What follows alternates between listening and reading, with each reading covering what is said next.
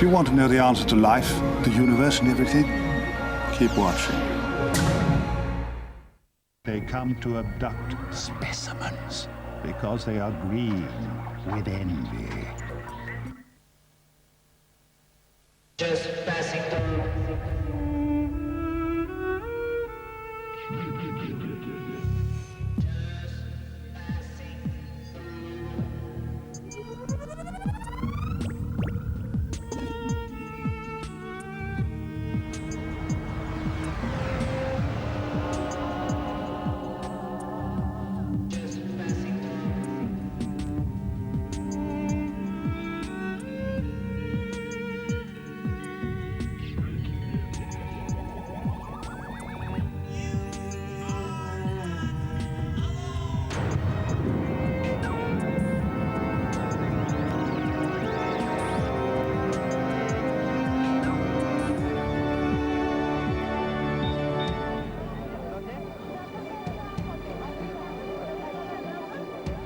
UFOs, unidentified flying objects. Thousands of sightings are reported each year around the globe.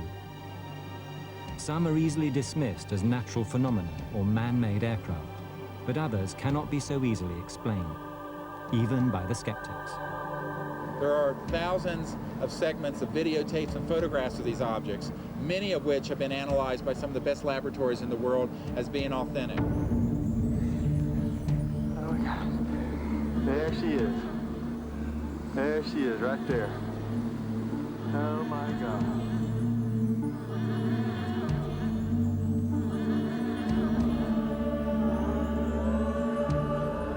Look, drop! Look!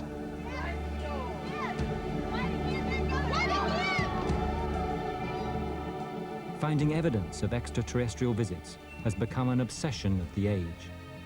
Part of a collective fantasy, or proof that we are not alone. 10% of Americans have seen these things. That's 26 million people. A similar number in the United Kingdom have.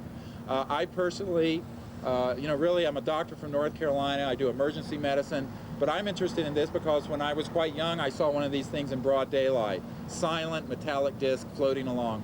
No question in my mind, these are real.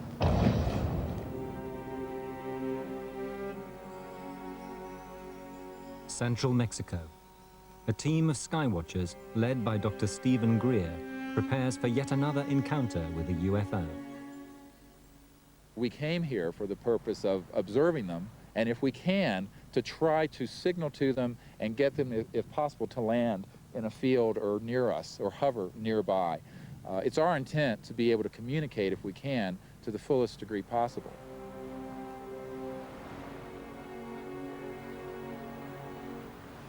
Night scopes, and they magnify the ambient light about 30,000 times. So in other words, at night when the starlight and you have no moon, it magnifies the ambient light. And frequently, if we see an object that we're wondering if it's extraterrestrial in origin, we'll be able to get a good fix on this and see if there are any aviation lights on it or anything. And it's very, very sensitive. And we have a 1,000,000 candle power light for nearby signaling here. We set these strobes out during the event in Mexico. One thing I didn't share with you, which is very important, is that it illuminated the whole leading edge of this huge triangle. You can imagine a massive triangle the size of 3 football fields. The whole leading front edge of it became a light that was lining out when we did this.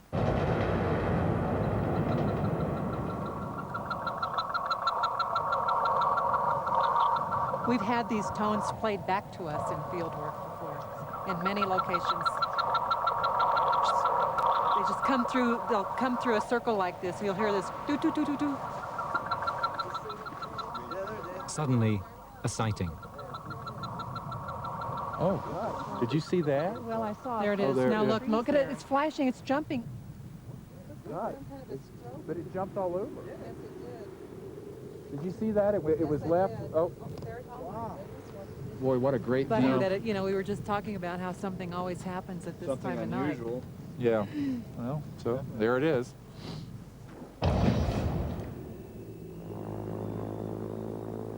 Seeing UFOs may now be routine for some, but it's only in the last 50 years that it's become such a habit. It all started one afternoon on the 24th of June, 1947. Kenneth Arnold, a private pilot, was scanning the Cascade Mountains in Washington State, USA, looking for a crashed transport plane.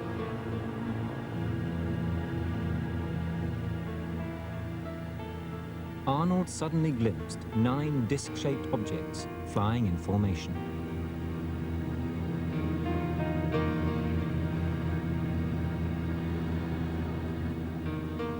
When Arnold reported his sighting, a journalist coined the term flying saucer. They seem to kind of weave in and out right above the mountaintops. And I would say that they even went down into the canyons in several instances, probably 100 feet. To my knowledge, there isn't anything that I read about that would go that fast. As news broke of the UFO sighting, thousands of people began to see strange lights and objects in the sky.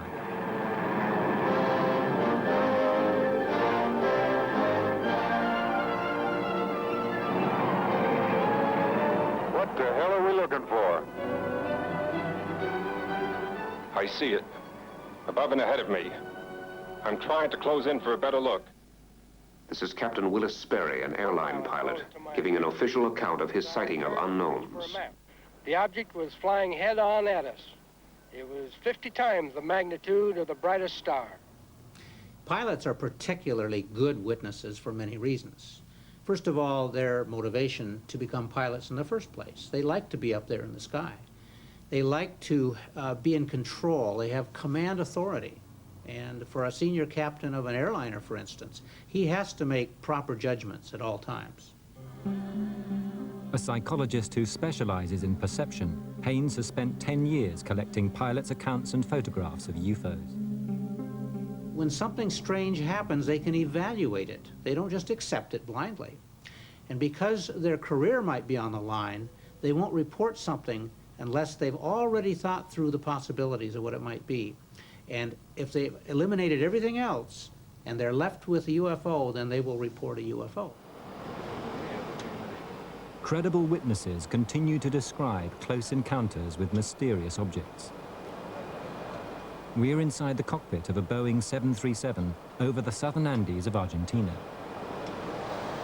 The UFO was here, static. Initially, we thought it was moving towards us.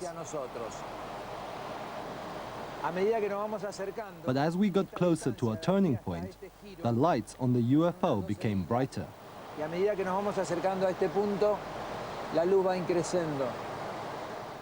I was concerned and began signaling to the object with our own lights. The lights on the UFO then dipped as if it was responding to us. I just didn't know what to make of it. The pilot alerted ground control. The captain reported a strong light coming towards him. I told him several times that we had no knowledge of any aircraft in his path.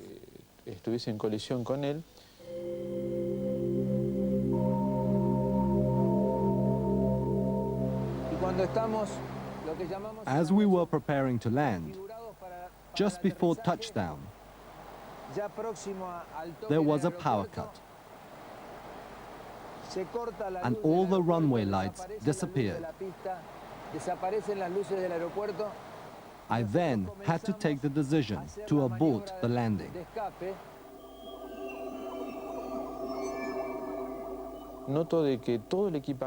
Suddenly, all the equipment in the control tower goes crazy.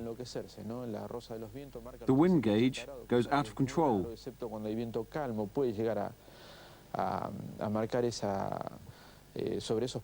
Other equipment, which should have been off after the power cut, suddenly starts flashing, on and off. Near the airport, a retired police officer witnessed the unfolding drama. The UFO was a bright orangey color, with small flashing lights around the sides that glowed like a welding torch. It was a huge light that glided off towards the lake.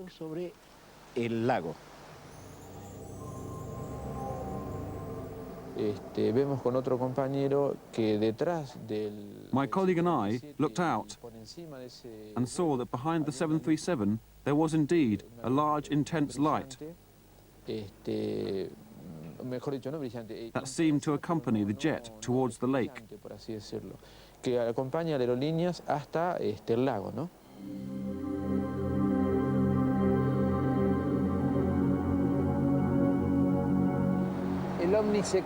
UFO appears to be waiting for me, hovering above the middle of the lake. It allows me to fly over it, and then it glides off over the mountains. That's when it disappears.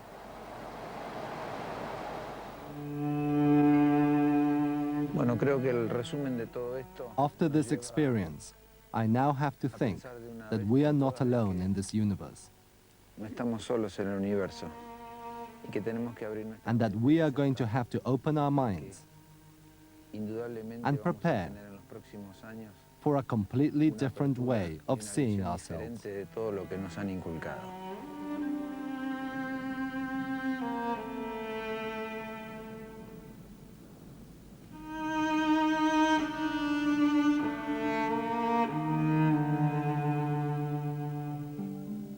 The files of documents describing UFO sightings by pilots increase every year.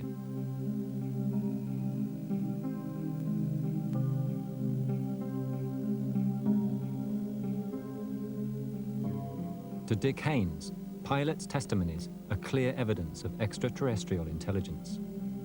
When you talk to enough military pilots and they say there's nothing I could have done to get away from that object, or I went to fire a missile at one and it wouldn't fire, my missile system wouldn't fire.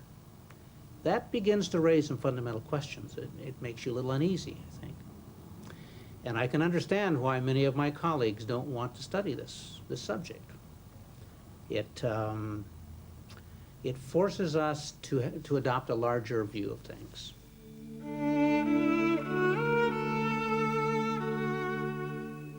But now we don't just have to rely on the credibility of witnesses. Skywatchers are armed with a new weapon, the camera. What flashes or flies or just falls with style ends up on video.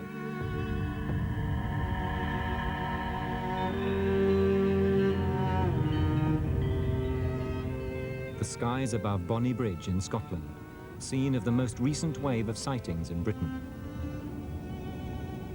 My friend and I arrived here to take photographs for a college project that we were on. And over beside the pylons, the two flashing pylons over at Kincardine power station, we noticed two small lights, what we assumed to be a helicopter or a plane. As we were watching it, it moved over towards Grangemouth Stadium and it hovered for about a minute. And then what we noticed was the lights, what we thought were turned off, actually the object turned round and the lights were on the other side of it.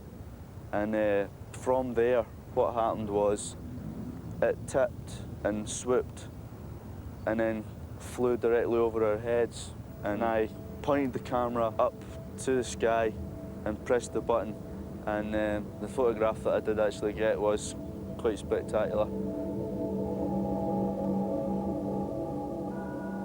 2 miles away, the Malcolm family has been plagued for months by strange fluttering lights in the sky. We were driving along this main road just behind me, and my dad pointed out the car and he says, "Look, what's that? It's in the farmer's field." So I stopped the car and the two of us jumped out and we looked at this object. It just appeared out of no place, and it was like the size of a jumbo jet. I mean, you can't really explain the shape of it because it was so light. It was a brilliant white light on it, and you couldn't get a shape in it. It was possibly about jumbo jet size, eh? Oh, it was massive. And it stopped again, and two white sphere objects came out the side of it. and one especially came really close to the car, and that, I must admit, caused a slight panic. The next thing, the two smaller objects went back into the bigger object, and it just totally vanished. I mean, it didn't go up or down or sideways, it just, like, disappeared. This is one of the many videos of a UFO filmed by the family.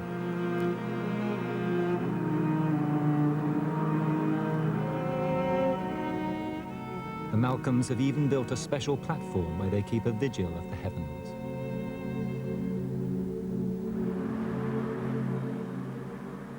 The Malcolms' first encounter.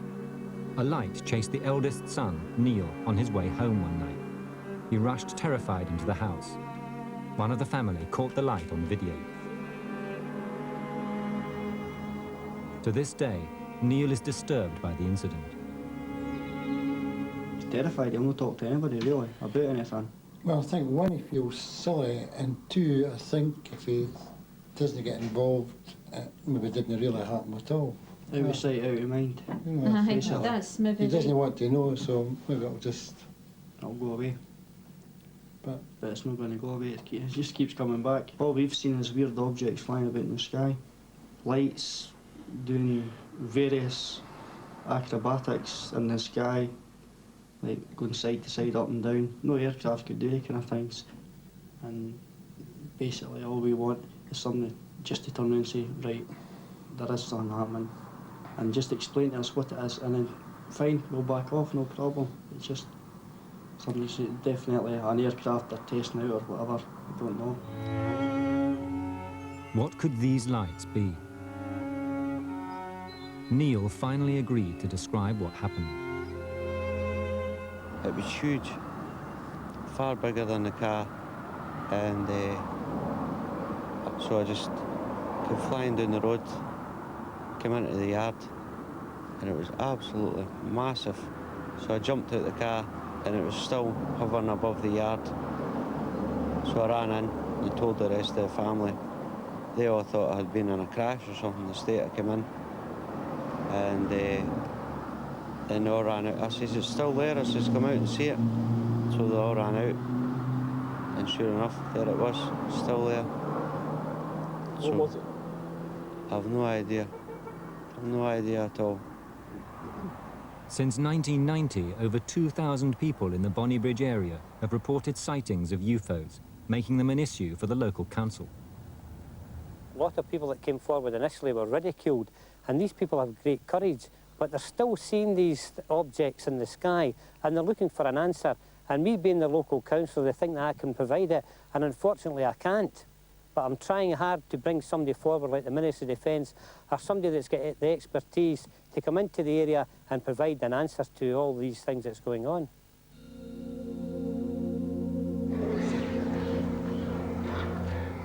But in 1991, the Belgian authorities were just as confused as the UFO watchers. Hundreds of people were seeing strange craft in their airspace.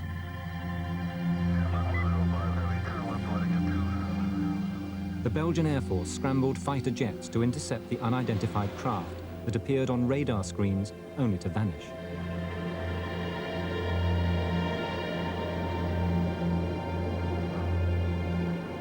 Was this what everyone had been waiting for? Clear evidence of extraterrestrial visits.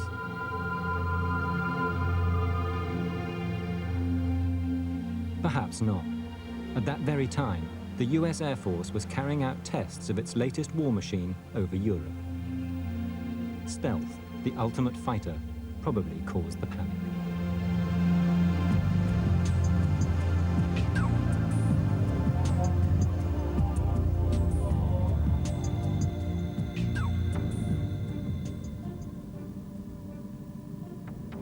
In Nevada, USA, photojournalist Mark Farmer isn't waiting for official answers.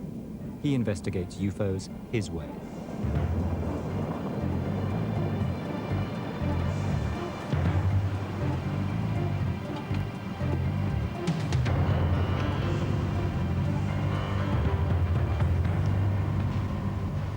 I'm Agent X, and I'm here on a dirt strip in Alamo, Nevada. About ready to take an airplane out to Area 51. take a look inside what is America's most secret air base. We're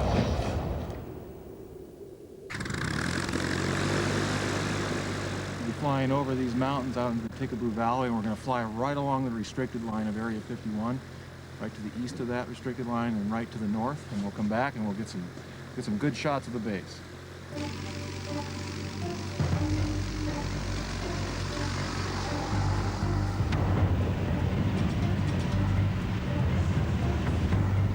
Mark Farmer's persona as Agent X isn't just for fun. His mission is to penetrate Area 51, the most secret military base in the world. Maintain 15,000, proceed direct Texas Lake, direct min, squawk 5411. You are radar contact 6 miles north of Texas Lake, maintain 16,000.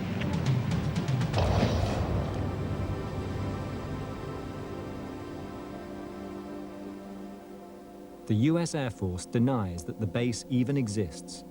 Is it because they're hiding proof that ET has paid us a visit?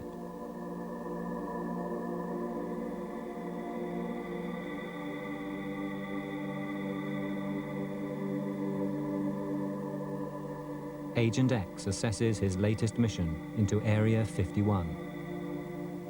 Even he doesn't buy all the legend. The pilots that use these airspaces refer to this as the box.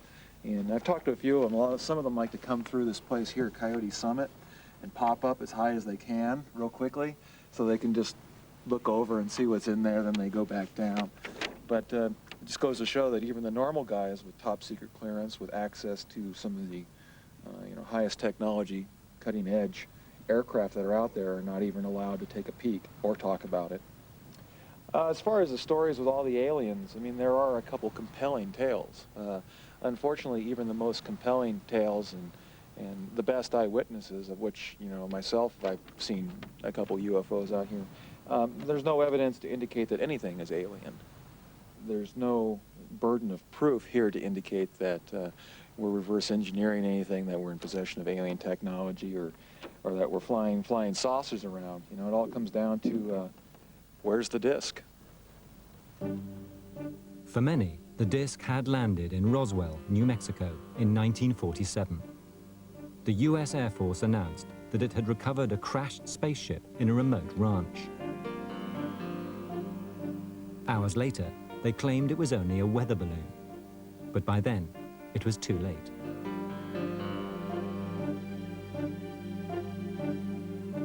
This book by a retired Air Force major increased the public's distrust of official explanations. Major Keyhole, as author of the book Flying Saucers Are Real, what is your opinion of these new sightings of unidentified objects? With all due respect to the Air Force, I believe that some of them will prove to be of interplanetary origin. During a 3-year investigation, I found that many pilots have described objects of substance and high speed. One case, pilots reported their plane was buffeted by an object which passed them at 500 miles an hour. Obviously, this was a solid object, and I believe it was from outer space. When you deal with something like Roswell, I mean, you have to look in the time. This is after the Second Global War. This is very close to what is the only atomic bomber base in the world. We are faced with a foe, the Soviet Union, that we don't know what it's doing. Something falls from the sky, whether or not it was Project Mogul, whether or not it was a weather balloon, whether or not it was extraterrestrial in nature, something did happen there. We are in the radar room at National Airport, Washington, D.C. on July 26, 1952. For the first time, unidentified flying objects have been sighted over the nation's capital. In the Cold War, fear of Soviet invasion seized the American public. I see them. Everyone looked up to the heavens for signs of a nuclear apocalypse. They're all around me. They're moving in on me. They're coming closer.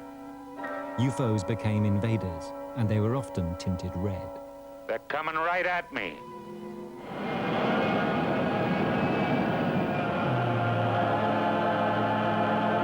Gee whiz! Invaders from Mars. He saw them land from outer space. He saw them capture innocent people only to destroy. Invaders from Mars. capturing humans at will for their own sinister purposes, turning them into diabolical instruments of destruction.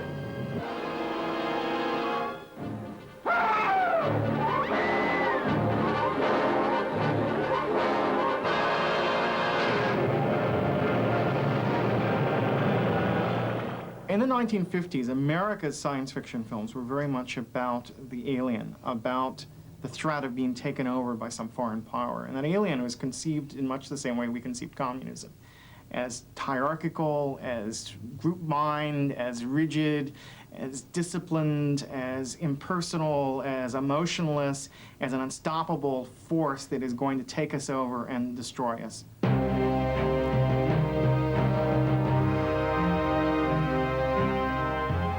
In the communist Soviet Union, the military were also obsessed with the threat of invasion.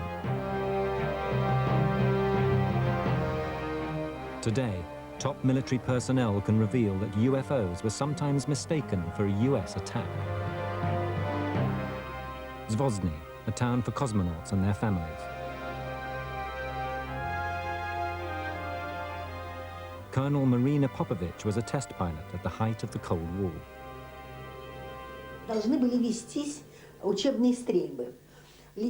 On one occasion, we were carrying out nighttime target practice.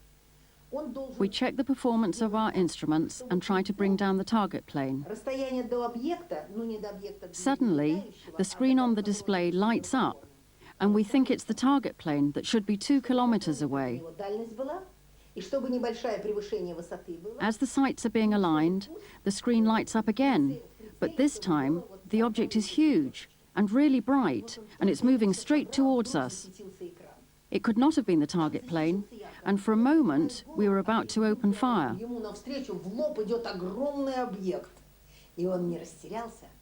We were in a MiG-21, and the object was so close, collision looked unavoidable. But suddenly, the UFO tipped on its edge and in a flash moved off the screen.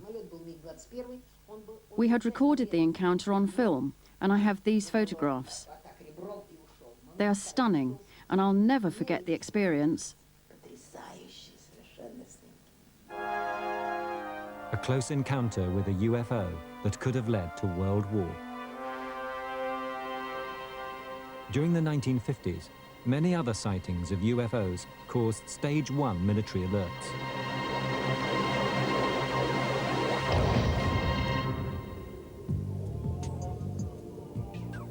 The Cold War is over, but the USA continues to monitor space for signs of a missile attack. This is Space Command, a gigantic complex under Cheyenne Mountain in New Mexico, the nerve center of US space intelligence. We know what's up in space, we track it, and we have many space support missions. If we have a missile launch any place in the world, the first thing that happens is our space assets, a satellite, sees the booster on that missile light. After 30 seconds to about a minute and a half, the satellites will tell me if that's in fact a missile, the direction it's going, and it'll give me a basic indication of what areas of the world may or may not be threatened by that. And we provide the national command authorities, the President and Secretary of Defense and their counterparts in Canada, with a picture of what's going on so that they can make the appropriate decisions. Many ufologists believe that Space Command has already tracked extraterrestrial visits. Well, occasionally, you know, we get calls right here into Cheyenne Mountain direct to the command center or the Space Control Center that reports an unidentified flying object. We try to treat all the callers with respect that we should, because I've never had a crank call. They're all sincere. And aside from my personal beliefs about UFOs and space beings in other universes, I can tell you that we've never seen any evidence to that here in Cheyenne Mountain.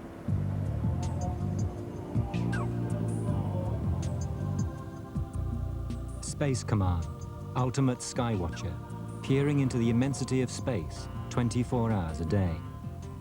Even the hard-nosed US military wonder what could be out there. I believe that we don't know what we don't know yet, and that most anything is possible on the continuum of possibilities, and that there's a whole lot more to learn. It was only 3 decades ago that we first saw the insignificance of our planet from the black void of space. It was a giant leap for mankind, one that helped us realize there were bigger things than our conflicts on Earth.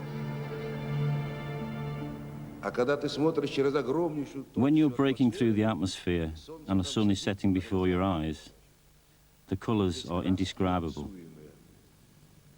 You begin to feel that you're living in a fantasy world, surrounded by an unnatural harmony of color. Then you forget that you are human. You simply become part of what you see.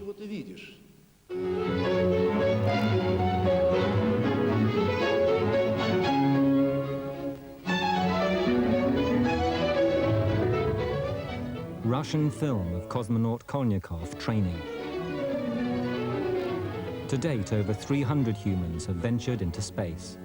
The pictures and recollections they brought back have had a profound effect.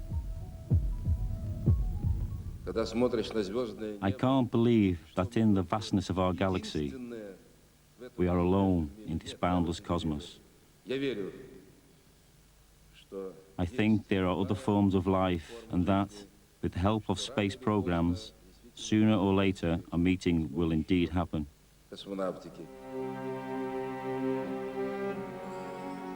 Thanks to the space race, journeying to other planets is no longer a flight of fancy, but a vision of things to come.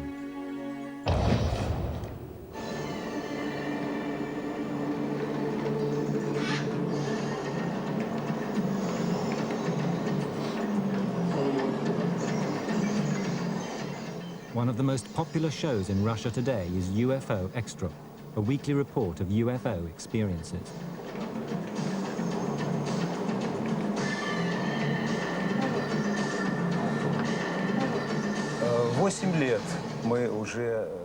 For the last 8 years since Glasnost, our program has had a great following. The general audience in Russia is fascinated by the subject and anything to do with the spiritual and the unknown.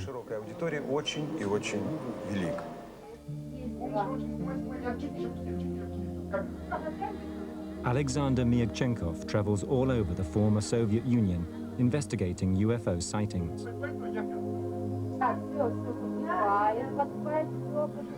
With the fall of communism and the revival of religion, UFOs are no longer seen as threatening invaders, but as spiritual messengers from the heavens.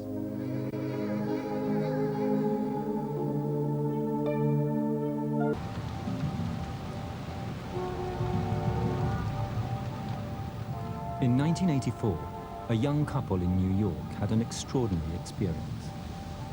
There's nothing in the world that will ever change you or affect you the way something like what happened to us, because it wasn't a fast light going by. We were singled out and allowed to view this thing and to let it show us, for whatever reason, how stunning, how magnificent, how advanced, and how mysterious these folks are.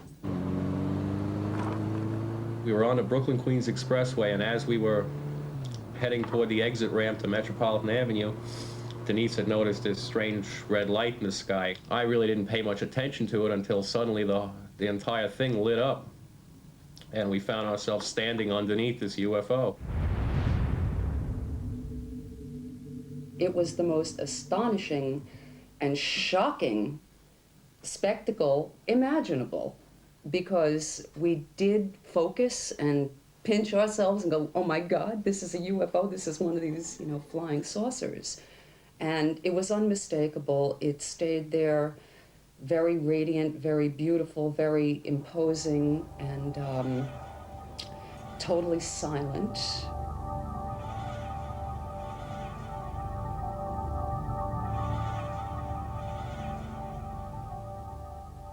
We've not yet been able to crack the meaning. I think people just get so blown away and they start adding so much to it.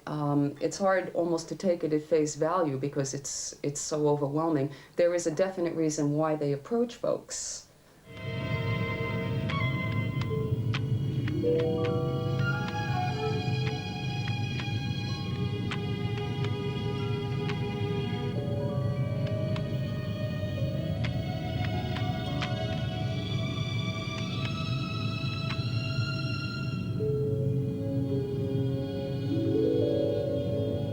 I think Close Encounters spoke to a rising need within the American society, and perhaps more broadly than that, for the mystical, for the spiritual. We've seen a breakdown of the church and its role in society, a loss of the mystical forces of the universe, at least as they were understood within traditional religion.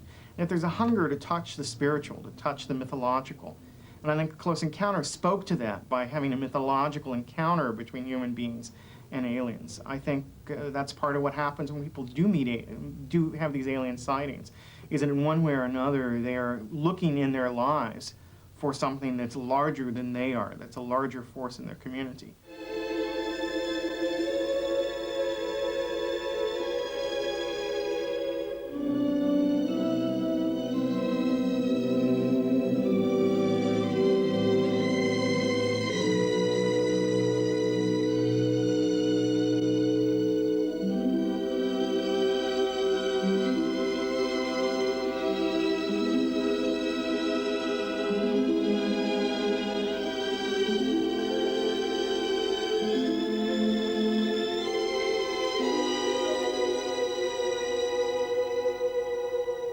That hunger for the spiritual, I think, governs an awful lot of the various sightings and mythology around the alien, and has particularly since the 70s forward.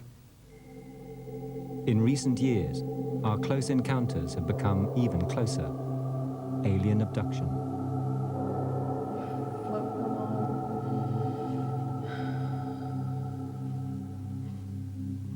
And I see a ship right above the water.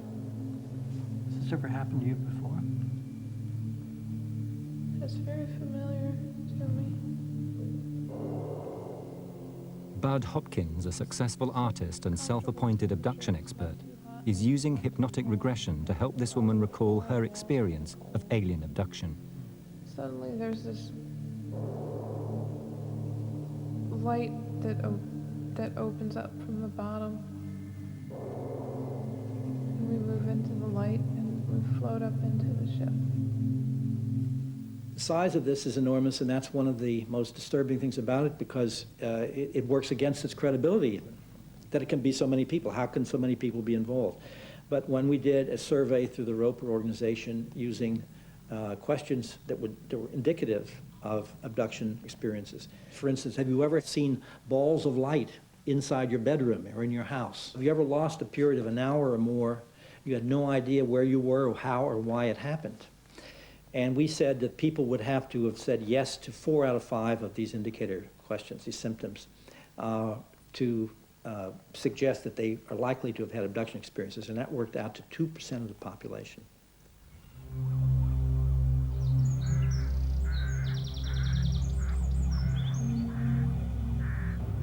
It was in December of '91, and I was returning to the farm from visiting my family, lived about 50 miles away.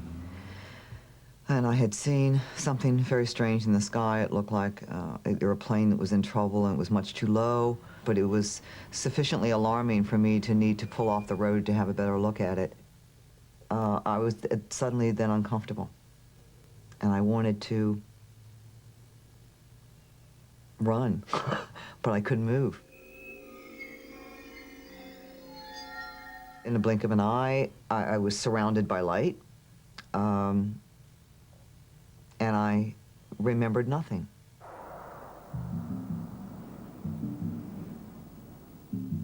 My next conscious memory was being back in the vehicle, which I had parked and left on the side of the road, 5 miles away from where I had been, driving around the corner, going much too fast on 2 wheels.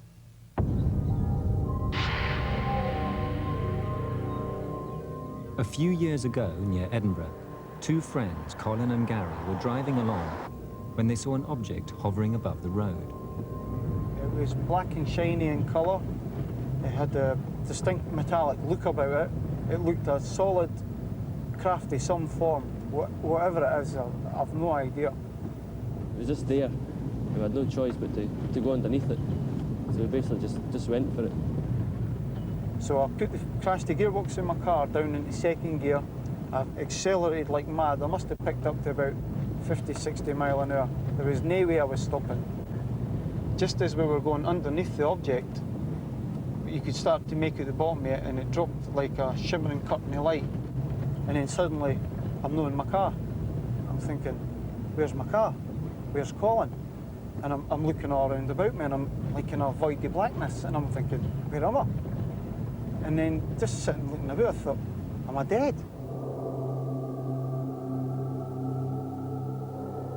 When we started looking into one case after another and found that what the people remembered consciously was a pretty traumatic abduction experience, which then intersected with dreams that they had had, as they explained, well, I used to dream about that thing afterwards, etc. You begin to find the evidence accumulating that these are real experiences. We'd wake up with scratches. Just scratches. New scars on our bodies. In fact, missing we got contact lenses. Oh. Wake up with your eyes completely shut. You couldn't open them because your corneas were scratched. Bloody noses. Yeah, a lot of blood on the pillow. We'd wake up with Bloody, grass in the blood bed. in the ears. Dirty feet when you knew you'd taken a shower the night before. Oh, it's wonderful. Oh, let's deal with that. In Virginia, Beth and Anna contacted Bud Hopkins. Under hypnosis, they relived their experiences and made drawings of their encounters. The only part that seemed real was this. Most psychologists think alien abduction is fantasy, but Bud Hopkins thinks the similarities between the claims proves they're true. The figures turn up, small figures with large heads and huge black eyes. The person is then floated out of wherever they are, through the windshield of the car, through the window of the house, and up usually some kind of beam of light into the craft. They are calmed down all the time. You'll be all right. You won't be hurt. They're put on a table, and there's a systematic series of physical procedures that take place that finally end up concentrating on the reproductive organs, especially removing ova samples from women and sperm samples from men. In Scotland, Colin and Gary also underwent hypnosis. And I saw these three creatures coming up towards the vehicle of the car. And I couldn't move. And I just absolute terror in my face. And then suddenly I'm in some form of place, like a room or somewhere, and I'm on a platform. And I could see that I had no clothes on, and there seemed to be these creatures. There was small ones and big ones, and it's like they were interested in the physical aspects of my body. I have memories of the aliens taking fetuses from my body, of showing me the fetuses. They are obviously children of some sort. They do not look wholly human. They do not look wholly alien. There's a possibility they could be some sort of species cross, although with what I know of biology, that makes it hard to accept that. But I also believe that they may be thoroughly human, but genetically altered in some way. Genetically altered in some way. And just raised, gestated outside the womb.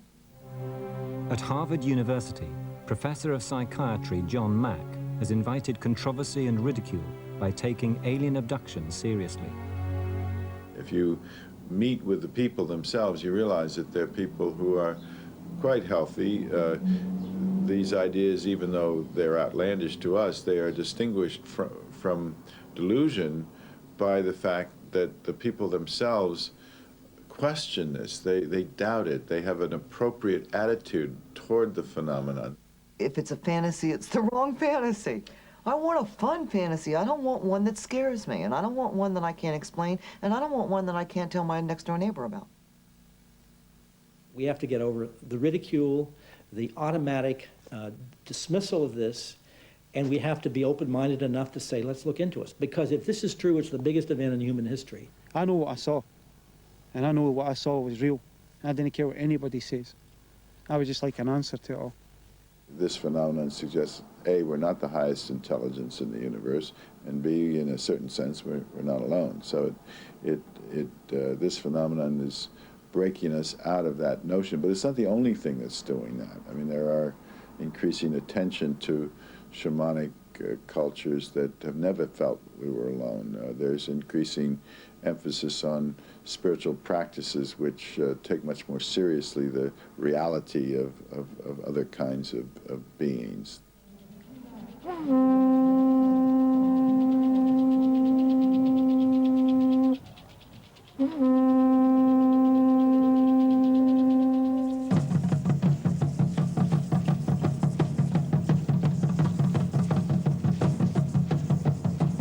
Mexico is a very magical, mythical, legendary country. That is why probably people is more open and ready to accept that what we cannot understand now. The Aztecs believe that after every eclipse there was a new era, and they considered themselves the children of the fifth sun. That would make us the children of the sixth sun.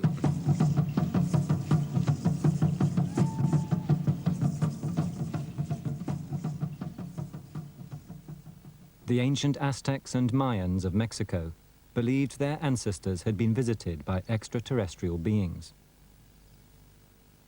The forthcoming eclipse would mark the beginning of the age when they would return.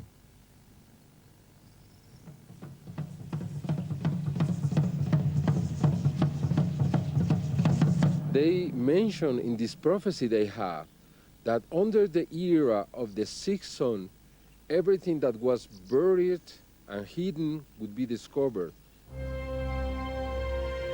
In 1991, an entire nation held its breath.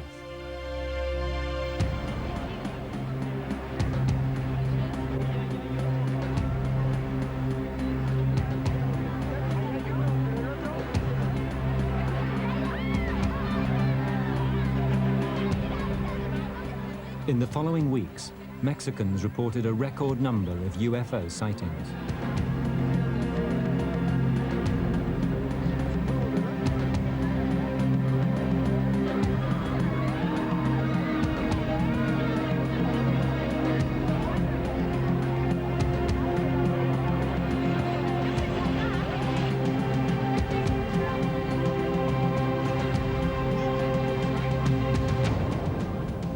As the furor increased, Mao San went live on his regular TV show and asked the nation to look up to the skies.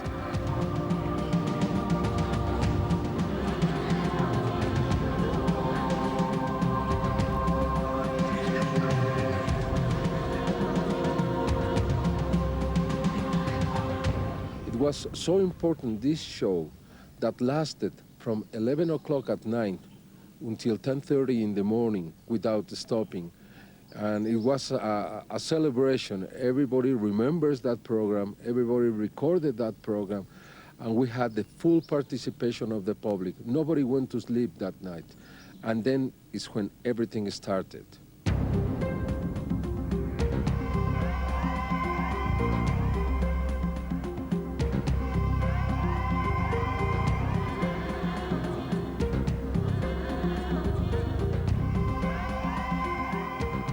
A UFO invasion, atmospheric phenomena, or creative camera work. Whatever the truth, belief turned into a reality for millions of people who concluded, we are not alone. Over 1,000 videos poured in. In the national hysteria, any blip in the sky became evidence of the arrival of the extraterrestrials.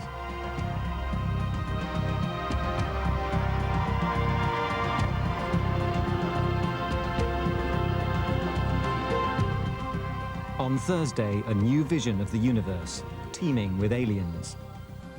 Meditating Irishmen who vector in spaceships. Implants left in bodies after alien abduction. Interdimensional portholes. And the Hopi Indian dance of the universe.